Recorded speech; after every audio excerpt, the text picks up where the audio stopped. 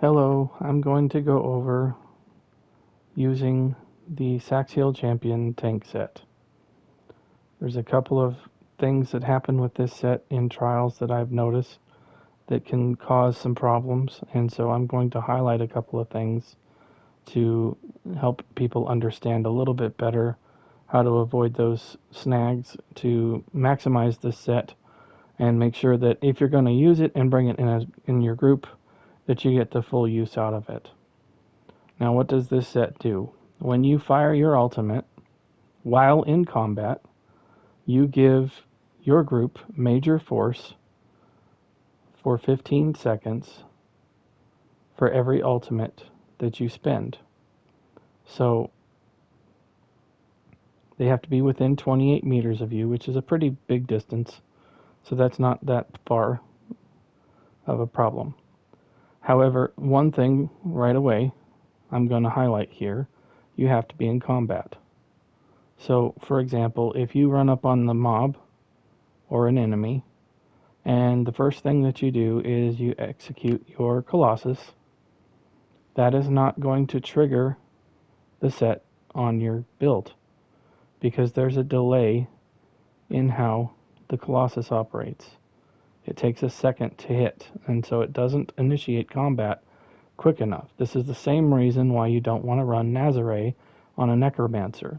You can't extend that major vulnerability buff by wearing Nazare yourself. You have to have somebody else activate an ultimate after your third pound of your Colossus. So let's show you what this looks like when it actually does fire. Now, in order to proc the set properly, all you have to do is light attack the enemy first to trigger combat. Or if you get in close enough to aggro, they will do that as well. So now that we have combat, I will fire off my ultimate.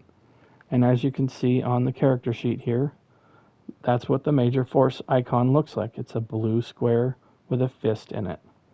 And you need to know what to look for on your skill bar just above your health bar there, because in a trial you're going to have several buffs, and you need to look for this if you are another healer running Warhorn, or possibly another tank running Warhorn.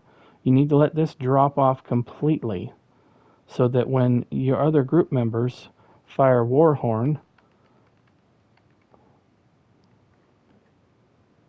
now you can see Warhorn just got fired.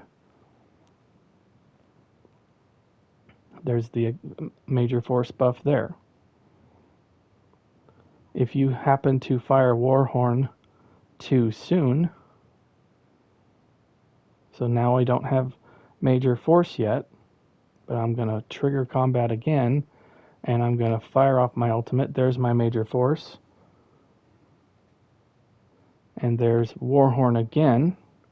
It didn't extend the major force. It didn't override it. However, you just wasted your 10 seconds of Warhorn because there was already a major force buff activated.